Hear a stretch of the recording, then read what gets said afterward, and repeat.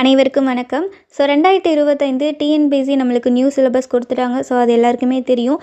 இப்போது நம்ம சேனலில் என்ன பண்ண போகிறோம் அப்படின்னா, சிலபஸ் வைஸ் நம்ம கவர் பண்ண போகிறோம். சரிங்களா? இப்போ சிலபஸ் வைஸ் எடுத்துக்கிட்டோம் அப்படின்னா, ஒவ்வொரு டாப்பிக்குமே பழைய புத்தகங்களையும் கவர் ஆகும், புது புத்தகங்களையும் கவர் ஆகும், ப்ளஸ் சிறப்பு தமிழ்லையும் இருக்கும். ஒன்று விடாமல் நம்ம எல்லாமே நம்ம சேனலில் டீச் பண்ண போகிறோம். அண்ட் டீச் பண்ணது மட்டும் இல்லாமல் அதனுடைய நோட்ஸ் என்னென்ன படிக்கணும், என்னென்ன புக் மெட்டீரியல் இருக்குது அப்படின்ற எல்லா நோட்ஸுமே நம்மளுடைய டெலகிராம் சேனலில் போஸ்ட் பண்ணிடுவோம். ஓகேங்களா? மறக்காமல் நம்ம டெலகிராம் சேனலை ஃபாலோ பண்ணிக்கோங்க. ஃபர்ஸ்ட் நம்ம எதை கவர் பண்ண போகிறோம் அப்படின்னா, அழகு 7ல் இருக்கக்கூடிய இலக்கியம், தமிழ் அறிஞர்களும் தமிழ் தொண்டும் அப்படின்றத கவர் பண்ண போகிறோம். ஓகேவா? இதில் மொத்தமாக 15 கேள்விகள் கேட்குறாங்க. இதில் என்னென்ன இருக்குது அப்படின்றது ஆல்ரெடி உங்களுக்கு தெரியும், இருந்தாலும் ஒரு தடவை சொல்லிடுறேன். திருக்குறள் மொத்தமாக 20 அதிகாரங்கள் இருக்குது. அதுக்கடுத்து அறநூல்கள் தொடர்பான செய்திகள் எடுத்துக்கிட்டோம் அப்படின்னா, நாலடியார், நான்மணிக்கடிகை, பழமொழி 400, முதுமொழி காஞ்சி, இந்த மாதிரி நூல்கள்லாம் இருக்குது. ஓகேங்களா?